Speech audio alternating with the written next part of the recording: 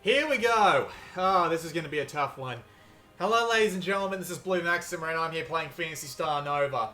This is an idiot import, so I can translate stuff off the screen using my tablet, my Nexus 7, with the Google Translate app. I can look up guides, and I have indeed actually looked up a really big, really detailed guide, which is a really good help, and I'm going to link it down in the description, because that's what I do. And other than that, I don't know a fucking thing about Japanese. Now, we got a lot to go over. So, the idea with Phantasy Star Nova is that it's a really fucking long game. You have no idea how long this game is. I've been playing for 9 hours and I barely feel like I've scratched the surface. And honestly, it would be a little bit more out of my first impressions range to go into much more detail with it without calling it an endgame video. And I don't want to go making an endgame video with this because we're going to get a big glut of games coming in the next few months, and I don't want to be in the middle of that trying to do a Phantasy Star Nova playthrough as well. So I'm going to be playing from my 9 hour save game right here. Yes, 9 hours. 9 hours, and I feel like I've barely scratched the surface. Compare that to a game like Soul Sacrifice Delta or Freedom Wars, where you get a decent grip of what's going on. And with Phantasy Star Nova not feeling like I've scratched the surface on it, yeah, it's a big-ass game. Now, for those of you who don't like the fact that I go around menus and shit like that, tough fucking titties.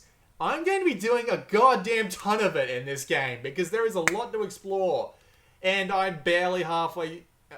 as I said before, I've barely scratched the surface, but this is first impressions, so I like doing first impressions. And 9 hours of first impressions is a lot. I will, if I remember to do this, I'll leave a link in the description so you can skip straight to the gameplay. But I'm going to be doing a lot of fucking explaining, so go look down there now if you want a time code to skip to. Otherwise, sit back, enjoy my goddamn voice, because I'm going to be talking a lot, and my throat is already kind of sore from doing 3 takes of Puyo Puyo Tetris today. So, here we fucking go. Yes, I am a gigantic robot that is wearing a beret. Yes, that is a beret, and it's got, like, little balls on it. I don't know why, but I find this hilarious. So, here we go. Welcome to the world of Phantasy Star Nova. This is currently the end of Grand Quest 1, and I believe there's several, like, linear story quest-by-quest lines, and then you get into this huge free open spread thing where you can go do whatever blade quest you like. I'm at the end of the first of that, and this eventually gets a lot more tidier. Eventually, around Grand Quest 2, you can start customizing the layout of your base and stuff like that, but for right now, I really don't have that. Again, 9 hours in, barely scratching the surface. So let's go over some basic stuff first. We have several different types of weapons, and these weapons can only be equipped to certain classes. This is what the class counter is for. We have 4 classes in the game. You have, I don't remember what the names of these are off by heart, but basically Warrior, Rogue, Mage, and All-Round are meant for capturing giant monsters. You've got, he can only use sword weapons. The second class, the Rogue, can only use the gun weapons. The third class can only use a specific subset of the long-range magic-style weapons. And the fourth class can use every single weapon set, but it doesn't focus in particular on any one particular set of classes. And also, you want to be leveling up these classes as well, and instead of just going with the all-rounder, and I'll explain why. The higher level they get through a simple EXP system that you get by either finishing quests or just beating the hell out of monsters, you get stronger at that particular class. Over here, you've got individual abilities for individual types of weapons. You can upgrade them using resources you find in the field. This is a very, very big part of Phantasy Star. You have to go Phantasy Star Nova. You have to go scavenge weapons. You have to go scavenge items. You have to go scavenge everything you need, and you have to make everything you need. There's no store here. There's no nothing like that. You have to go build everything that you need yourself. I kind of like this approach, but it's kind of let down by the fact that it's really fucking easy to get resources. It's really easy to go back and just play a couple of early missions over and over again and get all the healing stuff that you need. Get all the resources that you need. But yeah, you can basically upgrade your weapons and your attacks and your special abilities, and they'll all do extra damage and other effects like that. Nothing really too shabby. You can also come here to upgrade your spells. Now, if you come down here, this is the skill, the skill grid, or the skill board, of course. It's up there in fucking English, I'm an idiot. So the skill board is interesting. the more you level up with your specific character class, so the warrior, the rogue, the mage, and the bastard who goes and captures giant monsters, you can put those skills on this board here, and they each give their own specific effects. That English guide I listed down below has all the effects. Also, I have not demonstrated this because I haven't actually gone to this point yet, but if you get two specific skills and put them next to each other on the skill board, they'll have a link, and that link will create an extra skill, which will create extra things. So, for example, putting S Attack 1 and S Attack 2 next to each other will create S Attack 3, and you'll get an even bigger bonus. Right? So, once you get to, like, level 50 in every class, and you've got, like, 10 of every character's classes, of every class skill, you'll be going around making massive combinations trying to fit everything on the board. And that's a really interesting skill set, and it really keeps the game fresh because you can make a massive set of builds. And you've also got people around here you can talk to. They also give you quests. If I remember correctly, this is where the quests are. No, that's a story summary. This is where the quests are. This is indeed where the quests are. And you can go and do quests. Quests are very simple. They give you both GP and money and experience. GP, which is your money for increasing your base's capabilities and experience and specific items in some cases. These also have some specific restrictions. Like this one here, I believe says do one mission holding nothing but an assault rifle. I don't know for sure though, because the translation was a bit wonky and I didn't quite get that. But yeah, you can go to people and ask them for quests and hand them in. It's pretty simple, really. Unfortunately, you can only get one quest from one person at any one time. So you can go to every person and get one quest from each of them, but not every one, which is really annoying. Over here, you've got the restaurant, which gives you bonuses to specific stats. And you can go to him once per quest. Pretty simple. Here you've got the consumables counter. You can get things like health drinks and portable platforms and revivals. And you can also come here to sell them back or just deconstruct them. Simple enough. Over here you have your weapon and your shield counter. So let's go to the weapon counter first. You can choose to either create extensions. No, they're not extensions. I'm sorry, they're attachments. Normal weapons or just attachments. So you can build any particular weapon that you please out of the 11 different classes. And these all have their own different abilities, as you saw earlier. So to build a weapon, you need all the specific resources that come with it. Unfortunately, it's kind of hard for me to figure out where they all are, because you have to translate the names, and me, I just have better luck just going and playing random missions, trying to find the resources I need. But yeah, basically you can build a weapon, and then you're given the ability to put a core in it. I don't think these are called cores, but it's the same basic ideal. It adds something to the weapon, or takes away something from the weapon. You get the idea, right? I'll be damned if I can be bothered translating any of that, but yeah, it's the basic idea. You can also come and build attachments. I haven't fiddled around with this much, but you can build specific attachments to do specific things, and then you can come down to this fifth option here to attach them to weapons, but I won't bother going into that because it causes a pretty long loading screen. Over here, you've got the shield counter, I should say, which is fairly more simple. You can build higher quality shields, and they'll give you more defense. Pretty obvious, really. They can also be equipped with cores, which give different effects. Come over here. This is the beauty stylist. That's such a strange thing to say when I'm a giant fucking robot. But yeah, you can come here to change specific things about your character, right? You can change your armor, you can change your appearance, you can change your color, you can change all sorts of silly crap like that, right? And you can also develop like other pieces at another counter. You get the idea. Just scavenge resources, make different visual parts. It's a fairly in-depth system, and I'm absolutely positive there's a bunch of shit there. That's a save dialogue. I'm absolutely positive that you can spend just a lot of time fiddling around with the customization if you like. You can also come here to build specific visual upgrades, but we won't bother doing that. Over here, we have well, this is where you come to manage your teams. As your base gets larger and you can afford to have more people, you can build up and manage your teams here to give specific effects to specific areas. So you can come to these places and they'll often have more stuff for you to sell if you put the right people there. Right? Fairly simple, I like to think. So, I'll go go down here first, because this is probably one of the biggest surprises there is in this game. Do I have a... Oh yeah, I'll get into that later on, but for the time being, we'll just come down here. Down here, this is probably going to be home to a bunch of different shit later on, but yeah, for right now, it's only got one real purpose. Holding my Gigantes, I call him Fluffy. He's the cutest little abomination that I have ever seen, and I love him. He will forever be my Fluffy.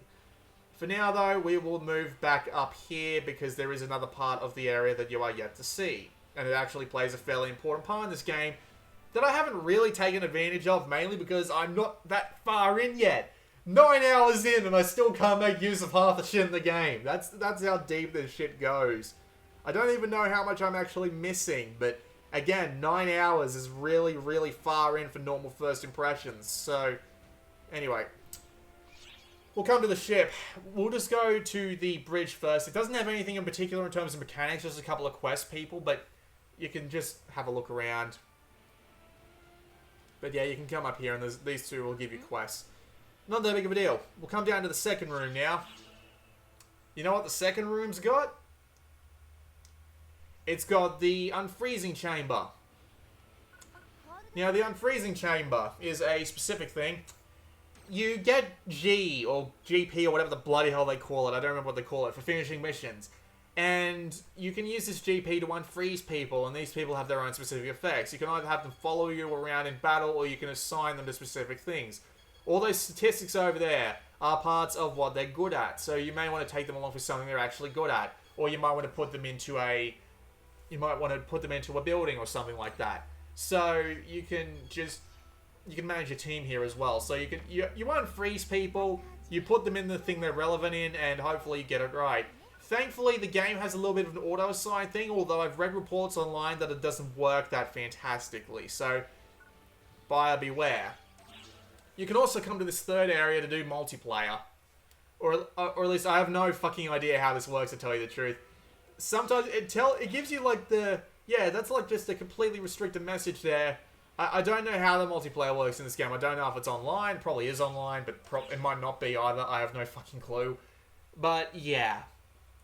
So yeah, that was a quick look at the entirety of the overall of Phantasy Star Nova, and the progression is quite obvious. You constantly upgrade your areas the further you move on in the game. The more you move on in the game's story, the more upgrades you get for everything. You take all the resources you gather to the class counter, and the item counters, and the weapon and shield counters, and you go and do whatever the damn hell you please with them. For the time being, I'm going to swap to the Buster character, whatever the bloody hell they call it, because he is capable of using everything. And if he's capable of using everything, that means I can demonstrate every weapon set that I have at the moment. So now it's time I go into the pause menu. Pause menu lets you do a few things. You can come here and check out your inventory. Duh. You can also come here and set up your weapons. So as you can see here, I've got several different types of weapons. And they all have their own little stats there. Their own sword, gun, and magic stat. I don't know what that refers to, honestly. I've also got the halo. I've also got throwing knives and the actual Gigantes destroying weapon down there. You can also come here to adjust your basic palette. You've got 4 different attacks available to you at any one time. That you access 2 by using square and triangle. You access the other 2 by using square and triangle while you're holding the R button. You can come here for the third, which is your shield. Pretty basic stuff there. Now you can also come here for your 4 different customizable skill palettes. Your 3 different customizable skill palettes. They each have 10 slots. And you can put in anything you imagine here. You can also put in several different gestures. But right now, we aren't going to bother with them. We're just going to put in all the different spells that we can manage. If you'll just let me go down. Thank you. I'm going to put in all my spells.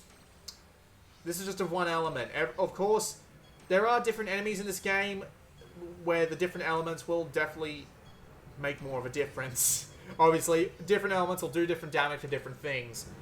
Obviously, I'm not smart enough to go through that, and you can also, you have 3 different palettes here to go through, so that's pretty awesome. Also, I really should go back to that other area, because I forgot to do the thing I can do with that Gigantes down there. So yeah, you can swap through your different weapons with the up and down D-pad at any one time. You get 6 different weapon sets, and you can also swap back and forth between item palettes with L and R. So I imagine someone at the end of the game would have all of this stuff filled up to the brim. But for the time being, we're going to go and we're going to select this Gigantes. And crap. I've gone and forgotten something important. And the thing is, I actually don't remember what I needed to do to get that Gigantes there. Oh yeah, I remember. I'm an idiot now. It's in the other thing. Right, I've got to go back to the class counter. I'm an idiot. I'm sorry. So if I go back to the class counter, where is the class counter? It'll be much nicer when I get further in the game and I can customize this layout to how I... Well, there's a lot of planes coming in today. I can customize this crap to how I like. Wait, no, I don't need to go back to the class counter, do I? I can just come in here. I'm an idiot. I 9 hours in and I'm still working half this shit out. Imagine that. I think I can replace this. I don't even remember what that does. Okay, there we go. Alright, so we've replaced that with the Gigantes. Now, rest of the pause menu. As I showed off before, that's a story summary, and that is a quest log. Over here, we have our typical status screen. And over here, you also have a bunch of other things. I believe that's probably something to do with multiplayer. Over here, that's also something to do with multiplayer. Then you've got your... this is options, I believe. Indeed it is. And then you've got your save and your quit down there. That's fairly obvious. So now that we've done all that, we can finally get onto a mission. Over here by this computer, you can... this is where you can take items out of storage and crap like that. So you will eventually need to start putting stuff in storage. So let's go on to an actual quest now.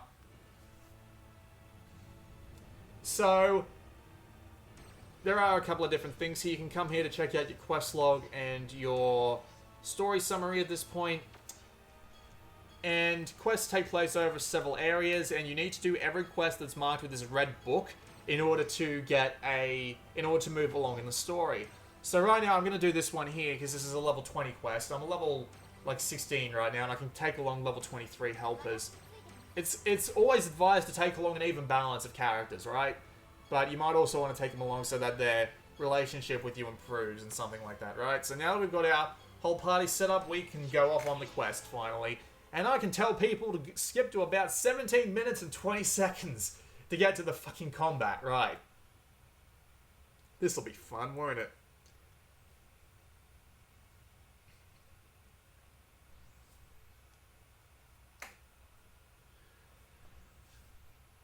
So I'm going to select my first weapon, and then I'm just going to scroll throughout this quest. Oh, we get an emergency code immediately. So it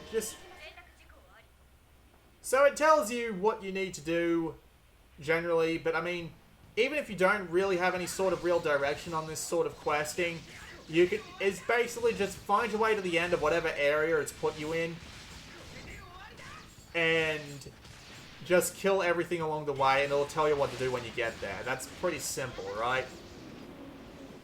So, yeah, that's the emergency code. The emergency codes are just go and find all the resources that they've laid around the map. That's pretty simple. There's also attack code, avoid, attack code, emergency code attack, emergency code duel. And duel usually puts you up against one really strong enemy, and you just need to take it out in the time limit given.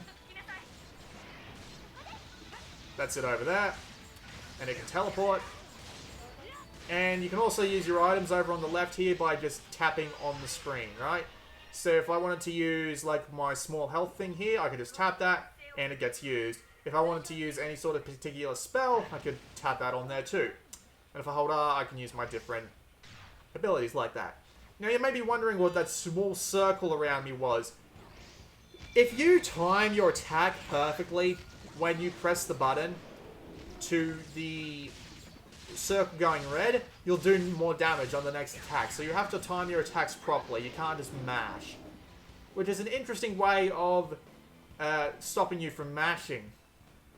The downside to this, though, is that I think they're trying to make up some of the weapons not exactly feeling that great.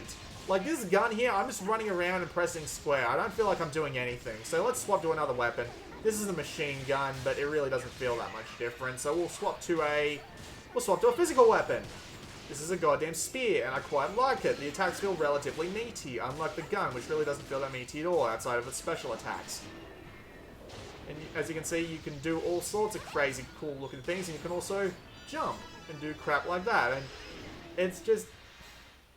The combat really changes depending on what weapon you're holding, which is a good thing and a bad thing, because with the weapons like this, it can feel really, really good to beat the crap out of something. With weapons like the guns, it doesn't feel that particularly great. That's why the rogue is definitely my least favorite out of the warrior rogue mage in this game. But yeah, all the weapons work about the same. They've got their own set of special attacks. Alright, so our emergency code collect is completed.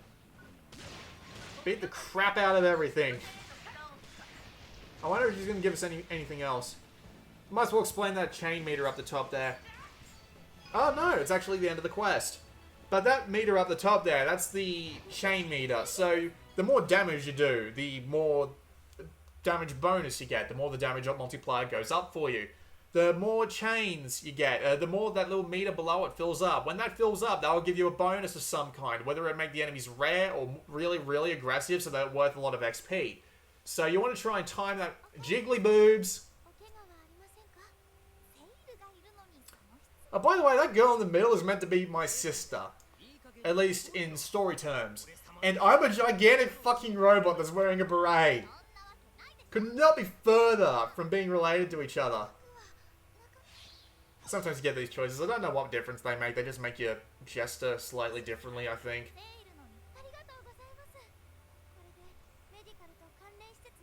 How does that room have suit for those breasts to jiggle like that? Good lord. Or is she a sister? I can't tell the difference between those two. It's like they're fucking clones. Anyway, I'll just skip the rest of this.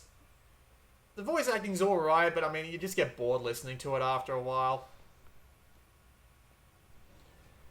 Alright, I've heard enough. Oh yeah, you press select to skip cutscenes, by the way. You really need to figure that out early.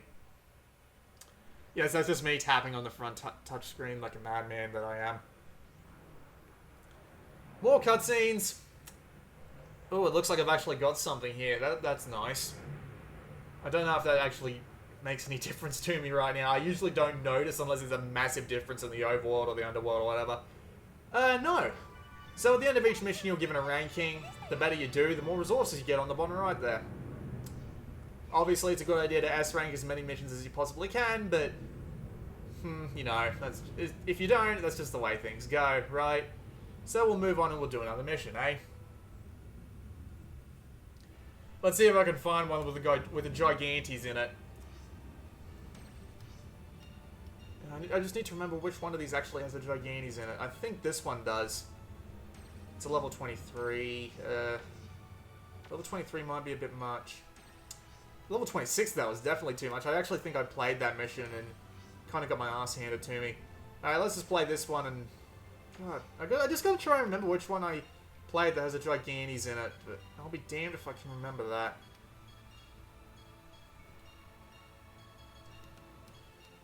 Which one of these was it? God, alright, we'll play this one. Level 20, whatever. Let's hope that it has a Gigantes in it. If not, I'll have to play yet another one, because I really do want to show off how the Gigantes battles work, because they are going to be a pretty big part of this game.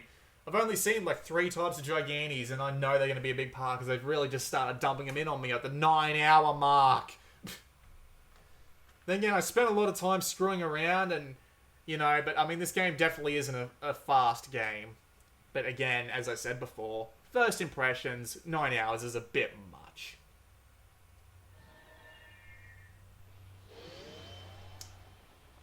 So I might as well swap to the mage's weapon now. So yeah, it is basically just, yeah.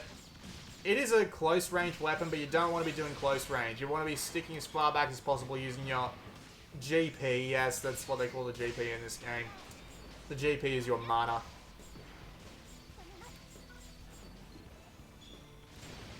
It's really, really satisfying using these spells because you can just beat the shit out of anything from a really long distance.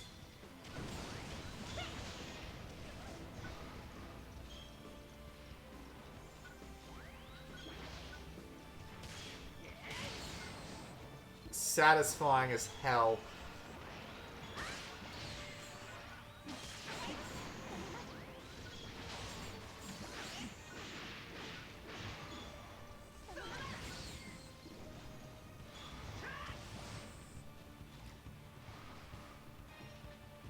So, I don't really have much to talk about until we actually come across the Gigantes. You've seen pretty much everything the game's offered me so far. There might be more. Oh yeah, well, you got your minimap up here, obviously, and you got your resources on the top left, and you can specialize later on to be like a healer or a tanker, as I said before, with all the sorts of builds that you can make with all those skills. But right now, it's really a very simple concept, which is just destroy everything that gets in your way. Oh, rare enemy over there. Really rare, cute-looking enemy, actually. I'm sorry I have to beat you up. Rare enemies drop a lot of rare resources, so it's worth going and killing them when you see them.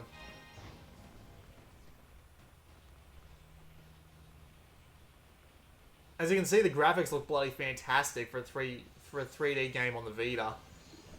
I mean, there are definitely a lot of games that do 3D do 3D graphics pretty well on the Vita, but this is actually a pretty big front runner. It looks really good.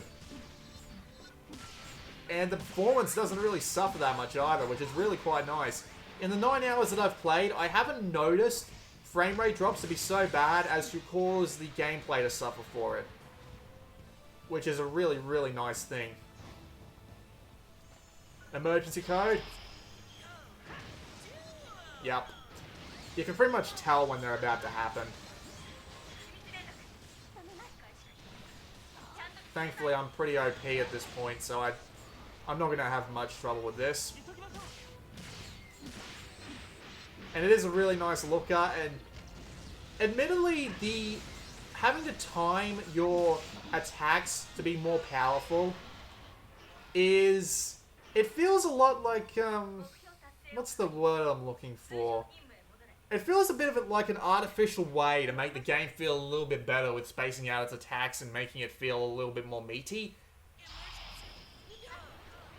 But at the same time, it's not that big of a deal, and it's actually a decent mechanic for making sure that you just don't spam buttons all the bloody time.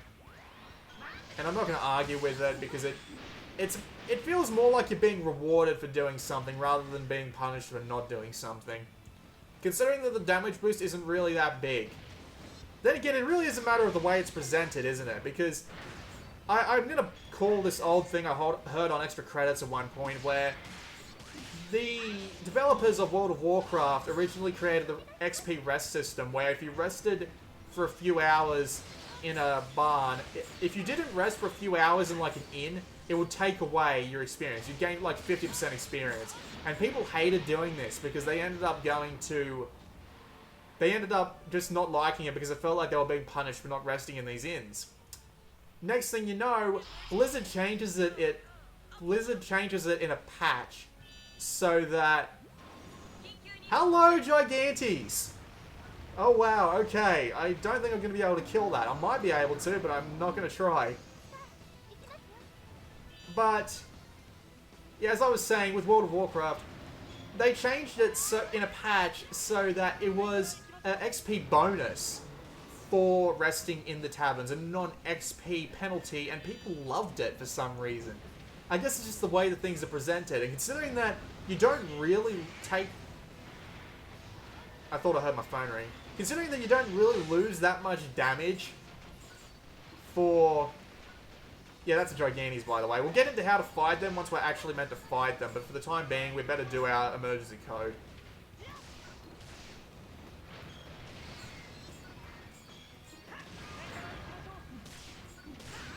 Yeah, frame rate's dropping a bit here. I haven't seen this yet. This is a bit odd. So, yeah, you don't lose that much attack ability from not getting the button presses right, and so it's not really that big of a deal if you miss or not.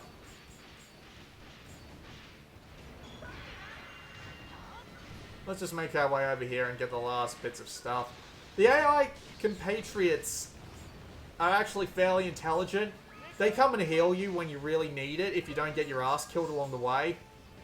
They are fairly good at attacking like weak spots. They know how to set up specific things that you might not be able to, and they can actually like do every single thing about capturing Gigantes except actually do the capturing for you. So it's very, very useful in that sense. Alright, so we've done our emergency code. Now, do we just have to avoid this Gigantes for the next 3 minutes? Because if we do, I'm probably just going to quit out of the mission and go looking for a different... No, it's actually going to clear the quest immediately. That's good. Yes, we will leave immediately. Now we're going to go find a quest that lets us fight a Gigantes, or at least try to. I actually do know of one, but it's a one where it's fairly high level for my character right now, but I could always show it and then just, you know, show off the battle and die, and then just come back and explain my final first impressions about Phantasy Star Nova.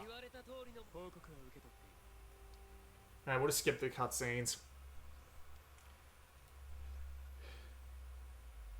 And then I can show off the final set of weapons, which is something that's more meant for capturing Gigantes than general person-to-person or person-to-enemy combat. Got an A on that mission, that's alright. Save my game there. Alright, I think I've got more stuff that I can go do. As you can see over here, I've got some quests I can go get. I wonder if there's anything interesting here. Hi. Collect thing, okay. I'll take that. What about you?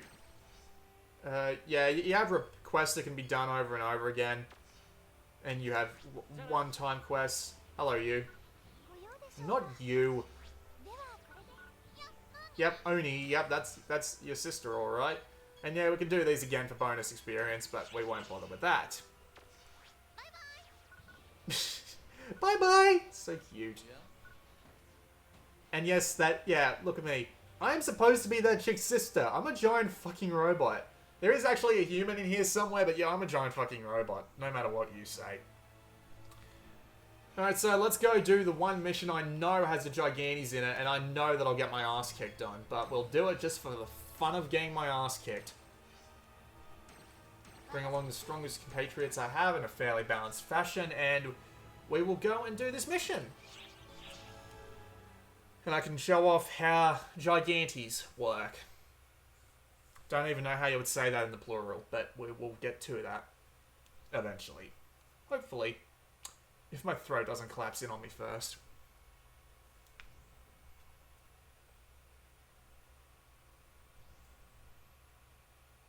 I've been doing a lot of recording lately. Hopefully I can actually take a break from doing an idiot imports, because this is like video number 11 or something in this entire series, and I've got like 10 more games to go on it. But I mean, I would like to take like a bit of a mid-season break, if that makes any bloody sense.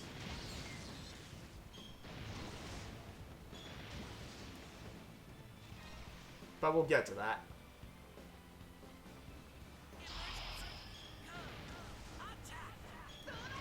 Oh, let's just do a swirly thing. Oh wait, I gotta get my GP back first. So thankfully, it's fairly easy to do that. You just do normal attacks. So it does tend to tie into itself rather well, if you get what I mean when I say that. It's just an endless cavalcade of doing normal and special attacks, and sometimes not even doing normal attacks because you can balance out your special attacks well enough. But yeah, you get the general idea. Pretty sure the Gigantes actually shows up fairly early on in this mission, so we won't exactly need to... Oh god. Asshole. Come here. Yeah, the Gigantes shows up fairly soon, and it's a different type of Gigantes than the one we saw in the last mission, so we should be alright.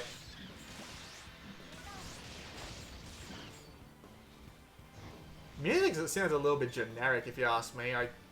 It might be something Phantasy Star related. I don't actually know that much about Phantasy Star, so I find myself enjoying this a little bit less, mainly because I don't have that much fascination or just general knowledge of the series. So this might be one for the Phantasy Star fans to pick up, because I don't know what the bloody hell is going on.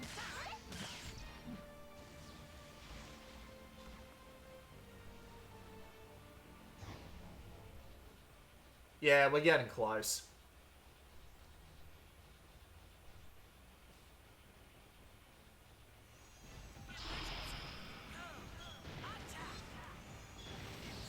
I will admit, I'll just say this because it's been a thought that's been nagging in the back of my mind. Admittedly, this game is fairly slow to start up, so this might not be what I might think when I play like 10 or 15 more hours of this. But I found myself getting more enjoyment out of Soul Sacrifice by this point, because it got a shit started really quickly and had me thinking about what I was doing next.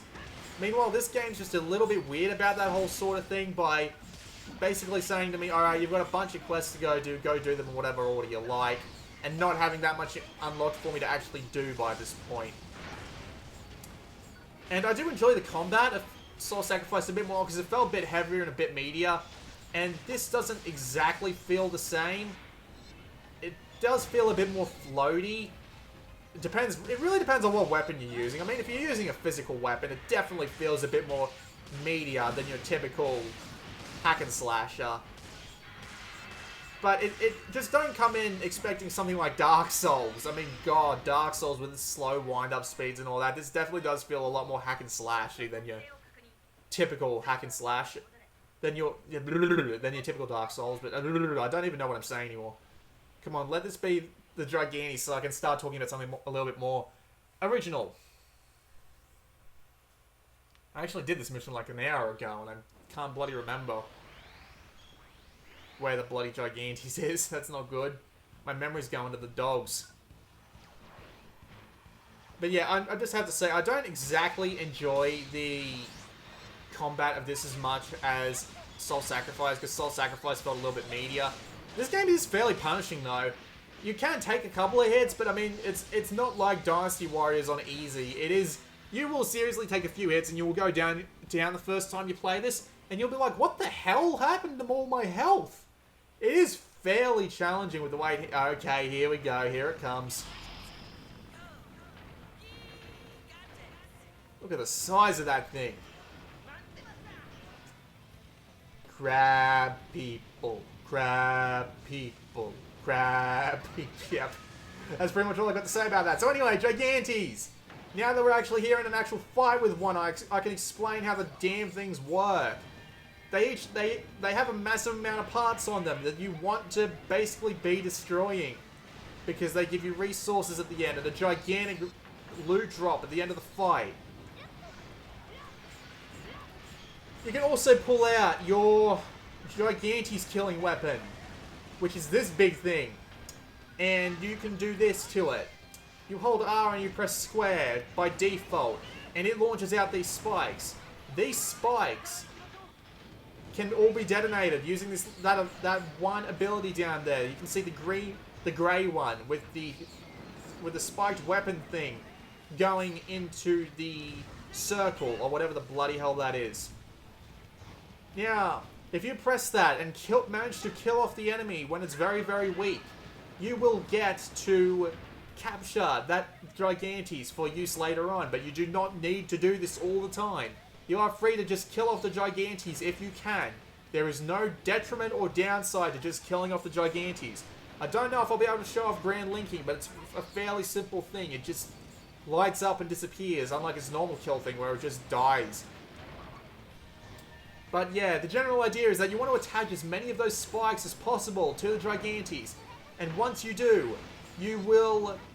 And once you do, and once you exploit everything, that will kill it off, and you will get to keep that Gigantes. What do you get to keep that Gigantes for, I hear you ask? Well, you see that ability that we appended to our ability thing on the other side? Let's call that Gigantes down to kick some fucking ass.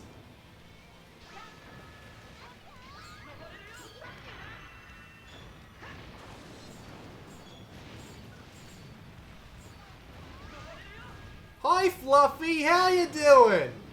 Help me out here, will you, buddy?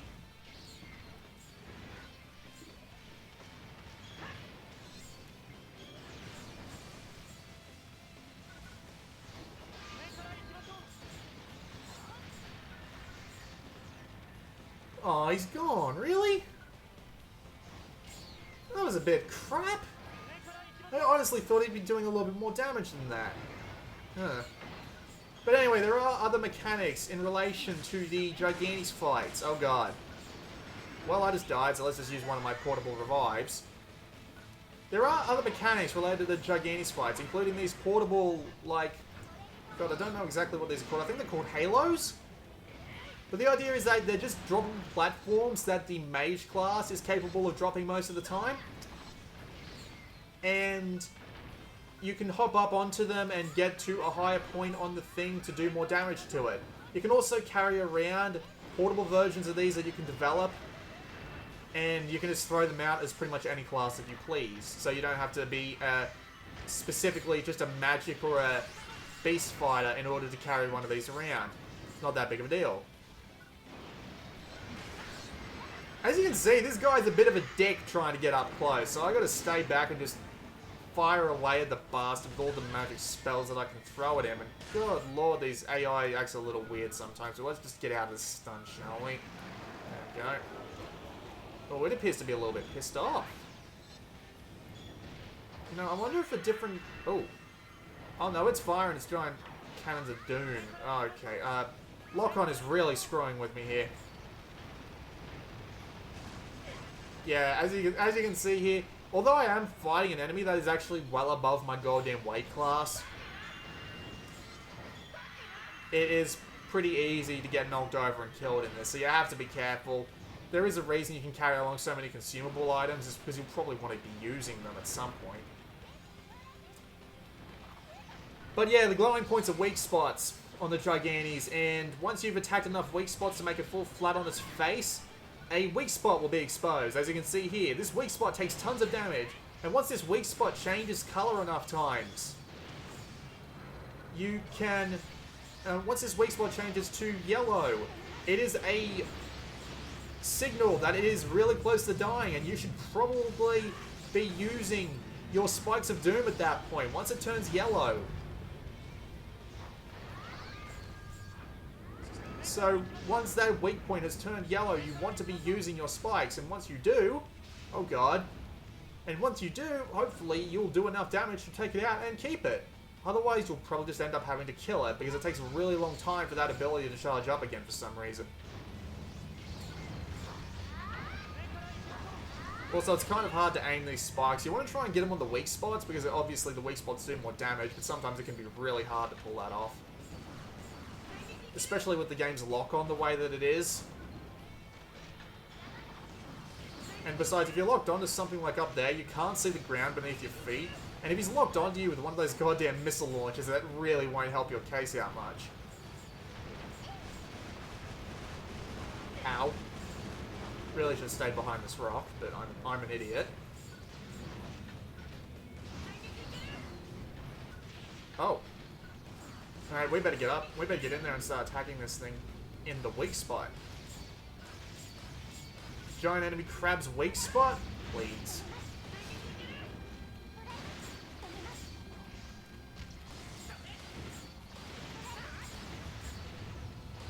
So there is a lot to do in Phantasy Star Nova, as you can imagine. If I'm only 10 hours in and I'm barely coming up against a couple of different Gigantes at once, funnily enough, pulling up against some really tiny Gigantes in another story mission that I went and did while I was testing out a couple of weapons, and that was weird. That was really weird. But, nevertheless, let's see if we can actually finish this buddy off, eh? I can show off capturing one, and then I can go down and show him off my base while I talk about what I think so far. Really don't want to get close to him at this point, because I don't want to go wasting all the revives that I have. At the same time, though, your GP, it's the fastest way to restore your GP, so what would I know? And yeah, lock-on seems to be... Yeah, again, lock-on is just a bit of a pain in the ass in this game. You hold L to use it, and sometimes it just doesn't lock onto what you want it to. It isn't exactly intelligent in how it selects its targets, which is probably my biggest problem with it, but it works mostly. You can change your lock-on target with the right analog stick while you're holding the lock-on, so it's not that big of a deal, but... Oh god, I just got destroyed there. I was wondering if I hurt it enough to make it fall over, but nope. Hopefully we can hurt it enough to make it fall over, make its weak point yellow, and then just beat the ever-loving piss out of it, but... You know me. I'm terrible at video games. We might not just get it done. I mean, seriously, giant enemy crab. Look at those pincers. Some weird nature technology hybrid. don't even know what the hell it's doing here on this alien planet that we've crashed on. Rarg. Plot that I don't understand because I don't get Japanese. That's what they need to do. They need to translate the plot summaries so that we can at least... Someone needs to translate the plot summary so that we can figure out what the bloody hell this game's about, but... this might be asking a bit much. One of these days I'll learn Japanese, but... You know, that would mean I'd have to stop calling it an idiot import, and I'd just have to say Japanese import, and, well, that would be boring. Alright, let's go and make sure this guy doesn't get back up again, because please God, this has been a long enough fight already. Alright, yellow, close enough. Throw it out. There we go, we got it! Fuck yes!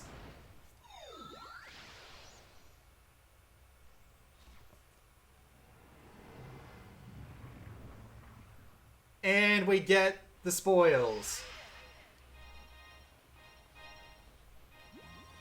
All the resources. Fuck yeah. that is actually really satisfying. Did not make it through that fight the first time, so doing it again the second time with only going down twice. Miracle. Fucking miracle.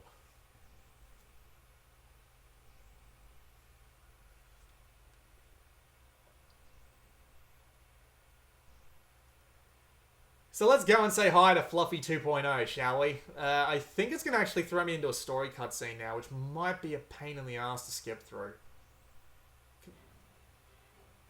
Yeah, it's going to... Alright, so let me start talking about my final opinions while we skip through to the point where we can actually just, you know, go look around and stuff. Oh. Right. Oh, that's a terrible score down at the bottom now. I think it's like... Enemies killed, time taken, and damage taken. Or something like that. I don't know. Anyway, let's go. So, Phantasy Star Nova. My first 9 hours with this game have painted a very positive picture of what this game will probably be when I put 10 more hours into it. That's basically what I've got to say about it. The combat is a bit floaty, but it works. The timing mechanic that they use is really good. Because it adds a little bit more... It's a little bit artificial, but it adds more depth to it. Adds more timing to it, which the game really does need a fair amount of. Hello, Fluffy 2.0. Aren't you just the cutest? Aren't you just adorable with your little rocket launchers? But the floatiness of the combat isn't that big of a deal overall, though, and it does feel satisfying to beat the shit out of something, as I just displayed there. The overall variety of the game, with its 4 different classes and a lot of different weapons, the customization of your character and your weapons through the weapon crafting and the resource gathering is all very well and good. It looks fantastic. It really does. Look at this. Look at this. This is actually really good looking for a Vita game. Really, really impressive. Also, somehow I managed to change my camera mode there, but I really don't need this. How did I do that? Oh, I tapped the middle of the screen. Okay, well, this would be much more useful for the shooting, I imagine. But yeah, I didn't even know that was there. 9 hours in and I'm learning new shit. Imagine that. But it is really good. For the 9 hours that I've played, and my first impressions are very positive and very solid. I just unfortunately won't be able to dedicate much more time to it to really let it sink its hooks into me, because we're coming into a period where there's going to be a lot of goddamn releases to deal with. So there's going to be a lot more other games to play, and I'm not going to be able to give Phantasy Star Nova the time it really deserves to really, really get its hooks in me. But for the 10 hours that I've played, would I recommend this game to someone? Do you enjoy hunting games? Do you mind having slightly floaty combat? Do you mind having to do Japanese translations by yourself? If you say yes to all of these, then please go pick up Phantasy Star Nova, because it is a goddamn good time by itself. And I hope this relatively long 50-minute video has showed you just what this game is like and how it can really, really sink its hooks into you. Because damn if it doesn't have a lot of variety. Damn if it doesn't have a lot of stuff to do. Damn if it isn't absolutely fucking gorgeous. Robot with a beret. And damn if you can't have your own pet that you can call Fluffy that's a giant enemy crab with gigantic fucking missile launchers. Well worth purchasing and importing. Sega, if you're listening to this video, please, for the love of fuck, translate this game into English. Why haven't you done so yet? You never did it with Phantasy Star Online 2, and you never done it with this game. Are you just afraid of money? Whatever. This has been Blue Maxima, and I'll see you all next time.